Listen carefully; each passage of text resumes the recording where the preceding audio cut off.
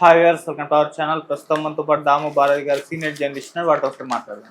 నమస్కారం సార్. నమస్తే సార్, జగన్మోహన్ రెడ్డి గారు ఫ్యామిలీ వివాదం మరోసారి తెరపైకి వచ్చి చర్చనీయాంశంగా మారింది సార్. విజయమ్మ గారు బయటకు వచ్చి స్వయంగా జగన్మోహన్ రెడ్డి గారి పైన విమర్శలు చేశారు, ఆయనకి కౌంటర్ ఇచ్చారని చెప్పేసి వార్తలు ప్రచారం అవుతున్నాయి సార్. అసలు ఏం జరిగింది, విజయమ్మ గారు ఏం కౌంటర్ వేశారు, మరి వైరల్ అవుతున్న వార్తల పైన మీ ఒపీనియన్ సార్?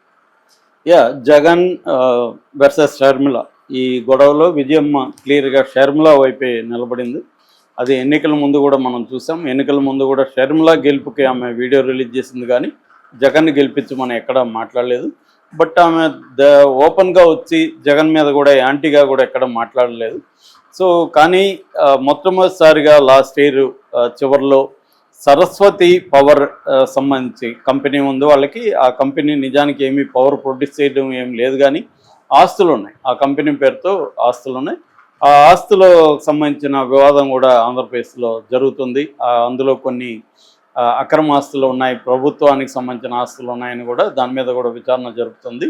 ముందుగా అటవీ భూములు ఉన్నాయన్నారు, తర్వాత అటవీ భూములు లేవు, దాని ఏమంటారు మన కొన్ని ప్రభుత్వ ఆస్తులకు సంబంధించి ఉన్నాయి అనేది అక్కడ వచ్చింది. అయితే ఇప్పుడు వీళ్ళ గొడవ ఏంటంటే జగన్ 2019 ఆగస్టు 31న ఈ దీంట్లో ఉన్న తన షేర్లను విజయమ్మకు గిఫ్ట్ డీడ్గా ఇచ్చాడు.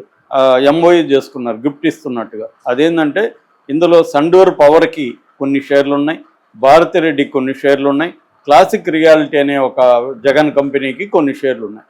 ఈ 3 రకాల షేర్లను దాదాపు 1,21,00,000 షేర్లు అనమాట అవి. ఆ షేర్లను విజయమ్మకి ఇస్తున్నట్టుగా ఒప్పందం చేసుకున్నారు గిఫ్ట్గా 2021 జూన్ 2న ఇస్తున్నట్టుగా. అయితే ఈ విజయమ్మ దాన్ని జగన్కి చెప్పకుండా తాను ఇప్పుడు షర్మిలకి బదలాయింపు చేసేసింది. ఇది జగన్కి ప్రాబ్లం. జగన్ తరపున ఆర్గ్యుమెంట్ ఏంటంటే జగన్ అక్రమాస్తుల కేసులు కోర్టులో ఉన్నాయి, జగన్ బెయిల్ మీద 11 ఏళ్ళుగా బయట ఉన్నాడు. మామూలుగా దాంట్లో కొన్ని ఆస్తులను అటాచ్ చేసింది కంపెనీలో, అందులో సరస్వతి పవర్ ఇవన్నీ ఉన్నాయి. దాంట్లో కండిషన్ ఏమంటే వీళ్ళు వ్యాపారాలు చేసుకోవచ్చు, కానీ షేర్ల బదలాయింపు అనేది జరగకూడదు అని కోర్టు కండిషన్ బెయిల్లో ఉంది. ఇప్పుడు కానీ ఈ బదలాయింపు జరిగితే జగన్కి ఆ బెయిల్ క్యాన్సిల్ అయ్యే అవకాశం ఉంది. కాబట్టి షర్మిల ప్లాన్ చేసుకొని, నిజానికి షర్మిలకి ఇప్పుడు ఇమ్మీడియట్గా దీని వాటాలు షర్మిల పేరుతో ఉంటే వాళ్ళ అమ్మ పేరుతో ఉంటే వచ్చే నష్టమేమి లేదు. షర్మిల ఇమ్మీడియట్గా జగన్కి చెప్పకుండా దీన్ని ఎందుకు రాసుకునిందంటే జగన్ని జైలుకు పంపించాలని షర్మిల ప్లాన్ చేసి జగన్కి తెలియకుండా ఈ వాటాలని కానీ రాయించుకుంటే అమ్మని ఎమోషనల్ బ్లాక్మెయిల్ చేసి రాయించుకుంటే జగన్ జైలుకి పోతాడు అన్న ఒక ప్రీ ప్లాన్డ్తో షర్మిల తల్లిని ఎమోషనల్ బ్లాక్మెయిల్ చేసి ఆమెను ప్రెజర్ చేయించి తనకి రాయించుకుంది. ఇది కానీ రేపు కోర్టులో సిబిఐ వాళ్ళు కానీ ఈ పాయింట్ లేవదీసి ఆల్రెడీ ఇప్పుడు ఆయన బెయిల్ రద్దు చేయాలని సుప్రీంకోర్టు పిటిషను రఘురామకృష్ణరాజు వేసింది ఉంది. ఆ పిటిషన్ ఇప్పుడు తెలంగాణ హైకోర్టుకి బదిలీ అంటే మీరు వెళ్ళి అక్కడే వేసుకోమని సుప్రీంకోర్టు చెప్పింది. సో మళ్ళీ రఘురామకృష్ణరాజు ఇక్కడ వచ్చి వేస్తాడు. వేసినప్పుడు ఆయన విషయంలో రేపొద్దున చూడు బెయిల్ కండిషన్లు ఇలా ఉన్నాయి, ఆస్తులు బదలాయింపు చేయకూడదు, కానీ జగన్ చేశాడు చూడండి అని కానీ పెడితే జగన్ బెయిల్ క్యాన్సిల్ అవుతుంది కదా అనేది జగన్ తరపున మాట్లాడుతున్న వాళ్ళు ఆర్గ్యుమెంట్. దానికి వాళ్ళు ఒప్పుకోవట్లేదు, అట్లాంటివి ఏమీ లేవు, ఇవి ప్లెడ్జ్లో లేవని వాళ్ళు ఆర్గ్యూ చేస్తున్నారు. ఇదంతా మనకు కోర్టు తేలాలి, ఎందుకంటే మనం అగ్రిమెంట్లు చూడలేదు, ఏ అగ్రిమెంట్లో ఏముందో మనకు తెలియదు. కాబట్టి వీళ్ళ కౌంటర్ ఆర్గ్యుమెంట్స్ మాత్రం మనం చూస్తున్నాం. అందులో ఏది నిజం ఉందో మనం దూరం నుంచి సపోర్ట్ చేయలేం, తెలియదు మనకి. కానీ వాళ్ళ ఆర్గ్యుమెంట్స్ ఇవన్నమాట. జగన్ ఆర్గ్యుమెంట్ ఏమో ఇప్పటికిప్పుడు అవసరం లేదు, తల్లిని ఎమోషనల్ బ్లాక్మెయిల్ చేసి ఈమె రాయించుకుంది, దీనివల్ల జగన్ బెయిల్ క్యాన్సిల్ అయ్యి జగన్ జైలుకు పోయే అవకాశాలు ఉన్నాయి. సో అందువల్ల జగన్ ఎంఓయూలో ఏం రాస్తాడంటే కేసులు అయిపోయినాక నీ వాటాలు నీకు ఇస్తానని జగన్ ఎంఓయూ కూడా రాయించాడు. ఈమె తొందరపడుతుంది, ఎందుకంటే ఆమెకేదో అవసరం అయ్యో కాదు, జగన్ని జైలుకు పంపించే కుట్రతోనే ఇది చేస్తుంది అనేది వాళ్ళు మాట్లాడేది. సో ఏదేమైనా ఒక బిట్టర్ రైవలరీ వాళ్ళిద్దరి మధ్య వచ్చేసినప్పుడు అతని నాశనాన్ని ఈమె నాశనాన్ని అతను కోరుకునే ఒక పరిస్థితి వచ్చేసినప్పుడు తల్లి ఆమె ఒత్తిళ్ళు ఏమున్నాయో తెలియదు మనకి. ఆమెకి భారతిరెడ్డికి మధ్య గొడవలు ఉండే అవకాశం ఉంది. అందువల్ల తల్లి నేచురల్గానే కోడల కూతురు అన్నప్పుడు ఎవరైనా కూడా ఏం చేస్తారు, జనరల్గా కూతురు వైపు మొగ్గు చూపిస్తారు. అలాగా ఆమె కూతురు వైపే మొగ్గు చూపించింది, కూతురుతోనే ఉంటుంది. ఇప్పుడు ఏమైందంటే దీన్ని జగన్ ఈ వాటాల బదలాయింపు చెల్లదు లీగల్గా అని చెప్పి జగన్ ఏం చేశాడంటే ఎన్సిఎల్టీ అంటారు, నేషనల్ కంపెనీ లా ట్రిబ్యునల్ అని ఉంటుంది. ఈ ఎన్సిఎల్టీలో ఆయన కేసు వేశాడు. ఎన్సిఎల్టీ ఏం చేసింది, దాన్ని విచారణకి స్వీకరించినప్పుడు ఏం చేస్తారు, ప్రతివాదులకి నోటీసులు పంపిస్తారు. అలాగా ఈమెకు అంటే మన షర్మిలకు, విజయమ్మకు, జనార్దన్ రెడ్డి ముగ్గురు ఉన్నారు దాంట్లో. ఈ ముగ్గురికి పంపించారు నోటీసులు. ఈరోజు ఇప్పుడు వైరల్ అవుతున్న వార్త ఏంటంటే విజయమ్మ కౌంటర్ వేసిందని. మామూలుగా అయితే మార్చి 6కి కోర్టు దాన్ని పోస్ట్పోన్ చేసింది, వీళ్ళు టైం అడిగారు. మార్చి 6 లోపల కౌంటర్ వేయాలి. ఆమె ఈ రోజే కౌంటర్ వేసిందని ఆ కౌంటర్లో ఏముందో బయటకు వచ్చింది వార్త. ఆమె ఏం చెప్తుందంటే నా కొడుకు జగన్, నా కోడలు భారతి చెప్తున్నవన్నీ కూడా అబద్ధాలు, వాటికి ఏ రకమైన గ్రౌండ్ లేదు, మేము దొంగతనంగా ఏమీ రాయించుకోలేదు, నా పేరుతో ఉన్న గిఫ్ట్ దీన్ని నా కూతురికి బదిలీ చేయడం చట్టవిరుద్ధం కాదు, నా పేరుతో ఉన్నప్పుడు నేను వాళ్ళకి ఇన్ఫామ్ చేయాల్సిన అవసరం ఏమీ లేదు అని ఈమె వాదిస్తుంది. ఇది దురదృష్టకరం. నేను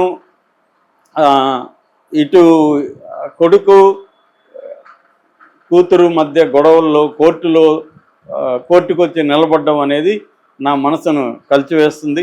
నేను బాధాతత్వ హృదయంతో ఈ కౌంటర్ వేస్తున్నాను అని ఆమె చెప్పింది. అట్లాగే ఆమె ఇంకొక లీగల్ పాయింట్ కూడా ఆమె వేసిన కౌంటర్లు ఏముందంటే ఇది కుటుంబ వ్యవహారంలో ఎన్సిఎల్టీ జోక్యం కరెక్ట్ కాదనేది కూడా ఆమె వాదించింది. ఇది లీగల్గా మనకు తెలియదు. మామూలు కామన్ సెన్స్ ఆలోచిస్తే ఇది కుటుంబ వ్యవహారం కాదు, ఇది కంపెనీ వ్యవహారం. ఎందుకంటే సరస్వతి పవర్ లిమిటెడ్ అనేది ఒక కంపెనీ. ఆ కంపెనీలో వాటాదారులు అంటే వాటాదారులే, నువ్వు కుటుంబమా, పక్కింటోడా, అక్కింటోడా వాళ్ళకి అనవసరం. Everybody just shareholder. షేర్ హోల్డర్లు ఒక షేర్ హోల్డర్ ఇంకొక షేర్ హోల్డర్కి గిఫ్ట్ డీడ్ ఇచ్చారు. మరి ఇది కుటుంబ వ్యవహారం కాబట్టి నీకు సంబంధం లేదని ఎన్సిఎల్టీని అడిగే పరిస్థితి ఉందా? లేదు ఈమె దీన్ని బయట చెప్పడానికే ఈ వాదన వచ్చిందా? ఎందుకంటే ఇక్కడ 2 అంశాలు ఉంటాయి వీళ్ళ కేసులో. మామూలుగా వేరే కుటుంబ వ్యవహారాల్లో అయితే అది లీగల్గానే ఉంటుంది. ఇక్కడ రాజకీయంగా కూడా ఈ కేసు బలమైంది. ఎందుకంటే తెలుగుదేశానికి దీనికి సంబంధమే లేదు. కానీ ఈమె లెటర్ ఫస్ట్ ఎక్కడొచ్చింది, తెలుగుదేశం అఫీషియల్ హ్యాండిల్లో షర్మిల లెటర్ పబ్లిష్ అయిందని అర్థం ఏమిటి, షర్మిల తెలుగుదేశం కొమ్మక్కైనట్టు క్లియర్గా అర్థమవుతుంది. ఎందుకంటే enemy of the enemy front అనే ఫిలాసఫీతో జగన్కి ఎనిమీ ఎవరు, చంద్రబాబు, పవన్ కళ్యాణ్ వీళ్ళు కాబట్టి ఆటోమేటిక్గా షర్మిల వీళ్ళ హెల్ప్ తీసుకునే అవకాశం ఉంది. రెండోది వాళ్ళు కూడా షర్మిలను ఉపయోగించుకొని జగన్ దెబ్బతీయచ్చు కదా, కుటుంబం మరింత వల్నరబుల్ కాబట్టి అనేది వాళ్ళు కూడా చేస్తారు. ఇక్కడ రాజకీయాల్లో ఏది మంచి ఏది చెడ్డ అనేది ఏమి లేదు.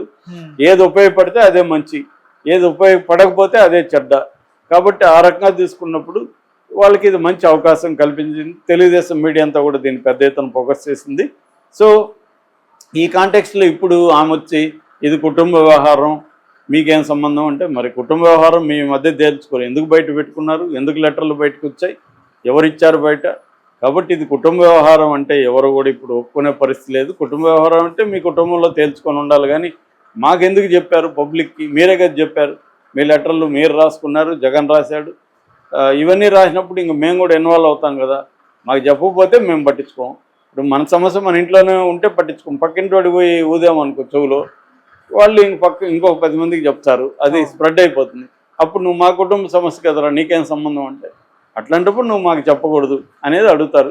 కానీ ఇప్పుడు కోర్టులో అది కూడా కాదు, కోర్టులో లీగల్గా ఇది కంపెనీ ఇష్యూ కాబట్టి నేషనల్ కంపెనీ ట్రిబ్యునల్లో వేశారంటేనే అర్థం అది యాక్సెప్టబిలిటీ దానికి ఉంది. అడ్మిసిబుల్ అంటారు, అడ్మిసిబుల్ అయితేనే కోర్టు యాక్సెప్ట్ చేస్తుంది, అడ్మిసిబుల్ కాకపోతే చేయదు. కాకపోతే వీళ్ళ ఆర్గ్యుమెంట్స్ వీళ్ళు చేస్తారు. మామూలుగా సివిల్ కేసులు ఒక రోజులో తెగవు, ఇవి చాలా కాలం పడుతుంది. కానీ మరి ఇది స్పీడ్గానే కదిలినట్టుగా మనకు అర్థమవుతుంది. దీని ప్రభావం ఏ స్థాయిలో ఉంటుందో. ఆల్రెడీ జగన్ ఒక పక్క ఫ్యామిలీని ఇన్వాల్వ్ చేసి షర్మిలతో రాజీ పడే పరిస్థితి కూడా ఉందని చెప్తున్నారు. షర్మిల మాత్రం అంత ఈజీగా వదిలిపెట్టదని అర్థమవుతుంది. ఆమెకు పార్టీ నాశనమైన, కాంగ్రెస్ పార్టీ నాశనమైన, రాష్ట్రం నాశనమైన అనవసరం. జగన్ నాశనమే ఆమెకు కావాలి. ఎందుకంటే పగబట్టింది ఆమె. సో